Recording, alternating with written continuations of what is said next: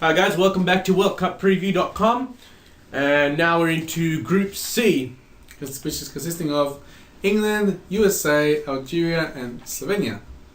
Okay. Alright, moving on to the USA. USA.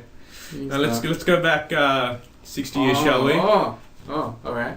Brazil, Nice. one of the biggest upsets in World Cup history. USA 1, England 0. It's going to be the first game of Group C. Well, it's unlikely to happen again, but it's a nice bit of trivia, you know. One of the biggest games in the group stage, I think, because of the history behind this game. Yeah. And the famous 1-0 victory. That was actually England's first ever World Cup, you know. Oh, really? Okay, yeah. They didn't participate because they're actually outside of FIFA. Oh, okay. Before then. There's some dispute or something. Right. And it was the first ever World Cup, and they lost against the USA. Yeah, well, no, it was a big upset. And when the news of the game appeared in English papers, the public thought it was just a typing mistake. They thought it was actually 10-0 or something like that. Yeah. But yeah, that's right. I remember. Yeah, the public actually thought it was 10-0 to England. To England, yeah. Well, it was a typing mistake. But it was actually 1-0, and that game in the USA, it's known as the Miracle on Grass. Just like the Miracle on Ice in ice hockey. It's called the Miracle on Grass. Yeah. So the Americans, they're not technically gifted at all. I wouldn't say they got any technical ability, but no playmakers. But they're very, they've got big hearts. They're very determined. They're very positive, and Americans love to win.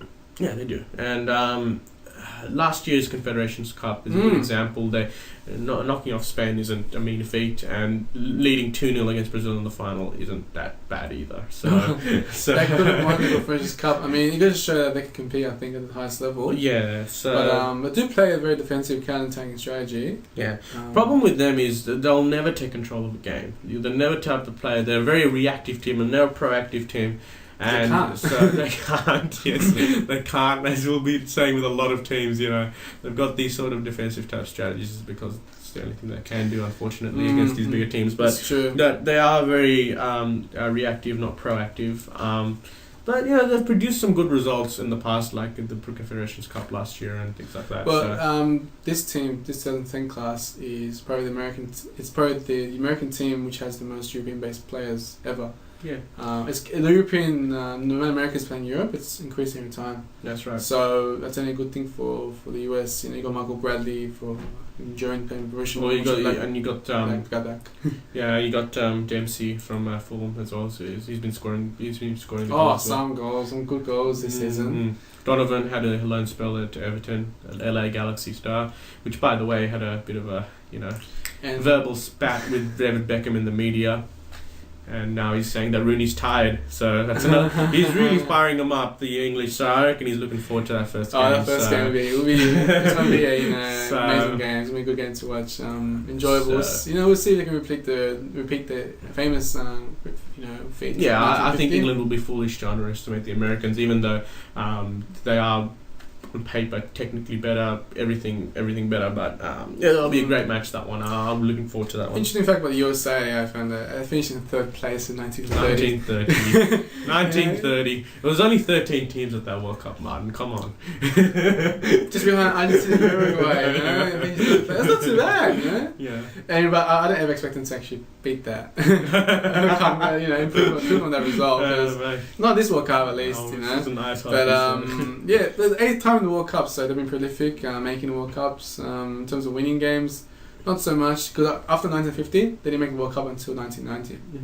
So you had 1930, 1950, and then 4 years. With all due respect, they get like a free entry into the World Cups these days. I mean, the CONCACAF region, then you really have to play Mexico and get into a World Cup. So, I mean, true. But with all due respect, they've had some good results. But then again, you've got 310 million people.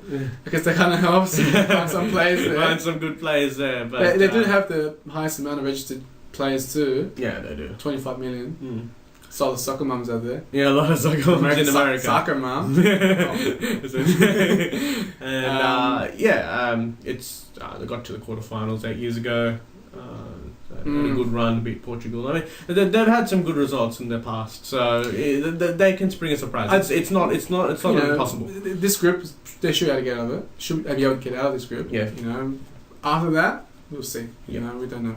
Okay. Okay, so that's USA. Let's move on to